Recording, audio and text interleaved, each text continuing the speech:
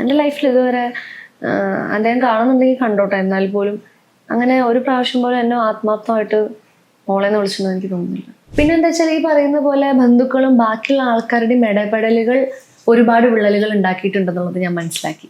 എനിക്കിതിൽ ഒന്നിലും ഒരു കൈൻഡ് ഓഫ് എന്താ പറയുക ഇൻവോൾവ്മെന്റ് ഇല്ലാത്ത ഒരാളാണ്. ഞാനൊരു ബാധ്യതയാവൂ എന്നുള്ളൊരു ഭയം പുള്ളിക്കുണ്ടായിരുന്നു. ഞാൻ അമ്മയടുത്ത് പറഞ്ഞു, അമ്മ ഒരു ജീവിതം വേണം, എന്തൊക്കെ പറഞ്ഞൊരു ജീവിതം വേണം, അമ്മ അങ്ങനെ ഒറ്റപ്പെടരുത്. ശരിയാണ്, അമ്മ അങ്ങനത്തെ തീരുമാനം എടുത്തില്ലായിരുന്നെങ്കിൽ ഇന്ന് എൻ്റെ ഫാമിലി ഉണ്ടാവുക പോലുമില്ല. അമ്മ ഒരൊറ്റ ആളാണ് എല്ലാം ഒന്ന് ഹാങ് അപ്പ് ചെയ്ത് നിർത്തുന്ന ഒരു സോഴ്സ് എന്ന് പറയുന്നത്. അമ്മ സ്വന്തം കാലിൽ നിൽക്കുന്നു, ഇൻഡിപെൻഡൻ്റ് ആയതുകൊണ്ടാണല്ലോ എന്നെയും എൻ്റെ ഫാമിലീനെയും ഒക്കെ നോക്കാൻ പറ്റിയത് എന്നുള്ളത് എനിക്ക് ഭയങ്കര. അമ്മയ്ക്കൊന്ന് വിദ്യാഭ്യാസം പൈസ വേണമല്ലോ. ആ സമയത്ത് അമ്മ എങ്ങനെയാണ് വിദ്യാഭ്യാസം പൂർത്തിയാക്കുന്നത്? അമ്മ എന്നെ അമ്മ ക്യാരിങ് ആവുന്നത് അമ്മ 3rd ഇയർ പഠിക്കുമ്പോഴാണ്, ഡിഗ്രി. അത് കഴിഞ്ഞു, ഡെലിവറി കഴിഞ്ഞു. പിന്നെ ഇതുപോലെ പ്രശ്നങ്ങളൊക്കെ ആയി അമ്മ വീണ്ടും എൻ്റെ ഗ്രാൻഡ് പേരൻസിൻ്റെ അടുത്തേക്ക് തിരിച്ചെത്തി. അച്ഛനാണ് അമ്മയെ കൊണ്ടുപോയിട്ട് ജോയിൻ ചെയ്യിപ്പിക്കുന്നതും ഒക്കെ. അങ്ങനെ ആ സമയത്ത് തന്നെ എനിക്ക് തോന്നുന്നു, എനിക്ക് 2-3 വയസ്സുള്ളപ്പോൾ തന്നെ അമ്മ ഒരു കോളേജിൽ അസിസ്റ്റന്റ് ടീച്ചിങ്ങിന് വേണ്ടിയിട്ട് പോയിരുന്നു, മദ്രാസിൽ. എനിക്കിപ്പോഴും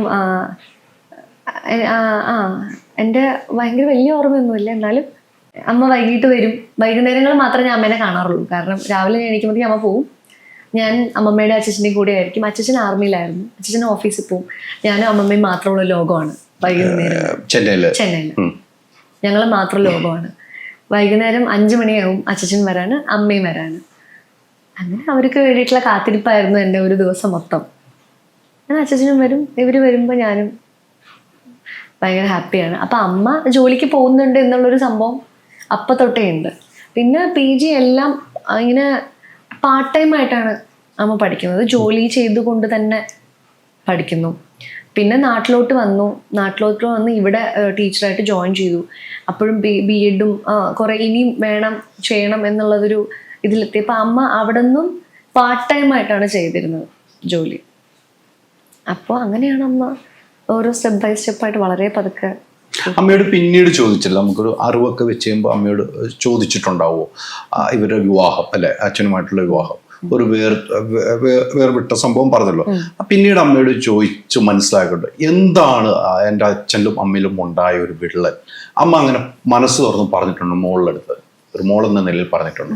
അങ്ങനെ അമ്മ കുറ്റപ്പെടുത്തി അല്ലെങ്കിൽ അങ്ങനെ രീതിയിൽ സംസാരിച്ചിട്ടില്ല, ആണ് സത്യാവസ്ഥ. കാരണം അച്ഛന് മനസ്സിലാക്കാതെ പോയ കുറെ കാര്യങ്ങളുണ്ട് എന്നൊരു രീതിയിലാണ് സംസാരിച്ചിട്ടുള്ളൂ. പിന്നെ എന്താ വെച്ചാൽ ഈ പറയുന്ന പോലെ ബന്ധുക്കളും ബാക്കിയുള്ള ആൾക്കാരുടെയും ഇടപെടലുകൾ ഒരുപാട് വിള്ളലുകൾ ഉണ്ടാക്കിയിട്ടുണ്ടെന്നുള്ളത് ഞാൻ മനസ്സിലാക്കി. പിന്നെ അച്ഛൻ അല്ലെങ്കിൽ അച്ഛൻ്റെ വീട്ടുകാർ കുറച്ചും കൂടി മെറ്റീരിയലിസ്റ്റിക്കായി ചിന്തിക്കുന്നവരാണെന്ന് തോന്നിയിട്ടുണ്ട്. സ്വത്ത്, പണം അല്ലെങ്കിൽ അങ്ങനത്തെ ഒരു രീതിയിലുള്ള ചിന്ത ആയതുകൊണ്ടായിരിക്കാം ഇത്രത്തോളം തെറ്റിദ്ധാരണകളും അതുപോലെ ഇതൊക്കെ ഉണ്ടായത്. പിന്നെന്താ വെച്ചാൽ അച്ഛനും മനസ്സിലാക്കേണ്ടിയിരുന്ന ഒരു കാര്യം, ഇപ്പോൾ അച്ഛനും അമ്മയ്ക്കും എന്തെന്നെ പ്രശ്നങ്ങളായിരിക്കാം, പക്ഷെ എന്തൊക്കെ പറഞ്ഞാലും ഞാനെന്ന് പറയുന്ന ആള് എനിക്കിതിൽ ഒന്നിലും ഒരു കൈൻഡ് ഓഫ് എന്താ പറയുക ഇൻവോൾവ്മെന്റ് ഇല്ലാത്ത ഒരാളാണ്. ഞാൻ ചോദിക്കുമ്പോൾ പോലും അല്ലെങ്കിൽ സംസാരിക്കാൻ ശ്രമിക്കുമ്പോൾ പോലും ഒരു തരം ഞാനൊരു ബാധ്യതയാവൂ എന്നുള്ളൊരു ഭയം പുള്ളിക്കുണ്ടായിരുന്നു.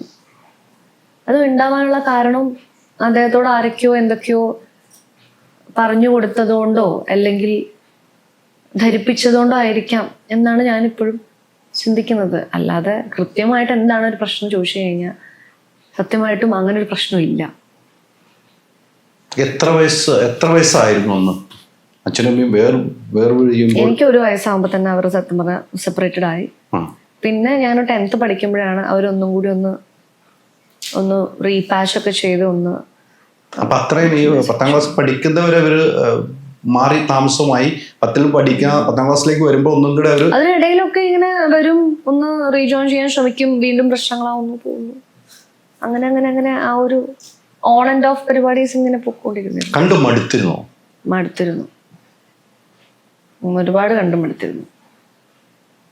എനിക്ക് ഓർമ്മ വെച്ച കാലം തൊട്ട് തന്നെ ഫോൺ വരും. അച്ഛൻ ദുബായിലാണ് വർക്ക് ചെയ്തിരുന്നത്.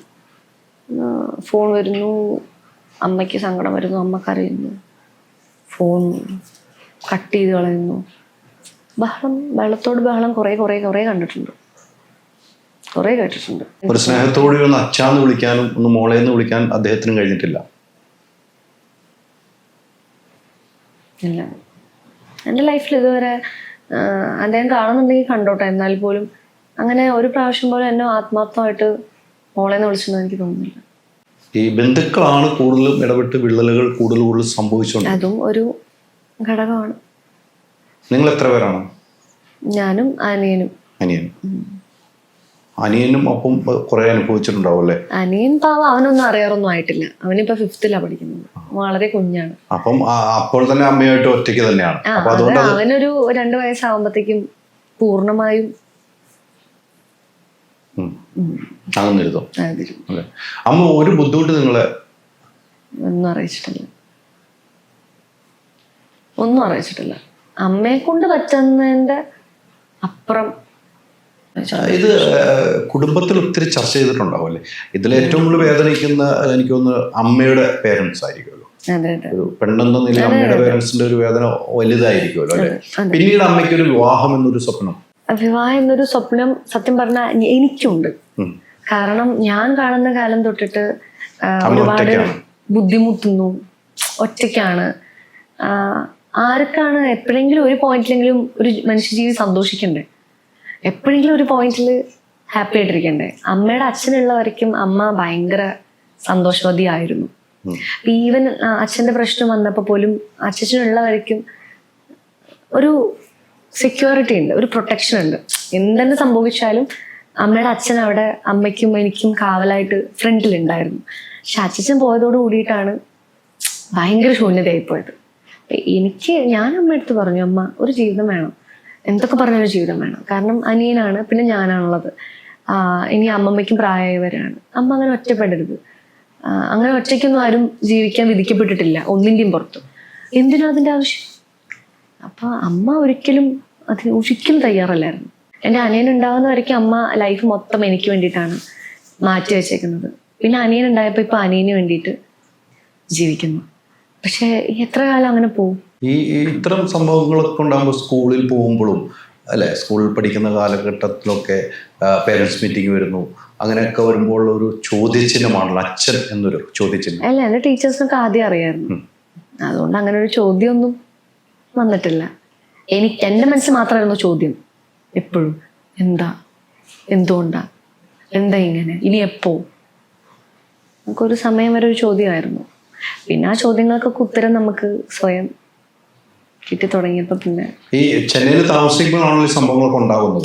അന്ന് മുതൽ അച്ഛൻ ഗൾഫിൽ തന്നെയാണ്? അച്ഛൻ ദുബായ് തന്നെയാണ്. വിവാഹം കഴിയുമ്പോൾ തൊട്ട് അങ്ങനെ തന്നെ ഗൾഫിലാണ് അല്ലെ? ഇടയ്ക്ക് വരുന്നു പോകുന്നു.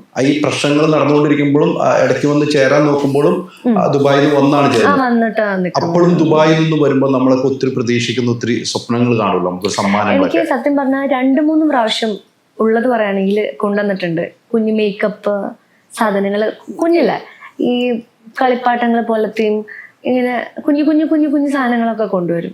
മിഠായി കൊണ്ടുവരും. പക്ഷെ ആ മിഠായി കൊണ്ടുവന്നാലും അതൊരു സ്നേഹത്തോടു കൂടിയിട്ട് എന്നെ പിടിച്ചിരുത്തി തരികയെ, അല്ലെങ്കിൽ അങ്ങനൊന്നും ഉണ്ടായിട്ടില്ല. ഇത് ഇവിടേക്കാണ്, ഇത് അങ്ങോട്ട് കൊണ്ടുപോകാനാണ്, ഇങ്ങോട്ട് കൊണ്ടുപോകാൻ.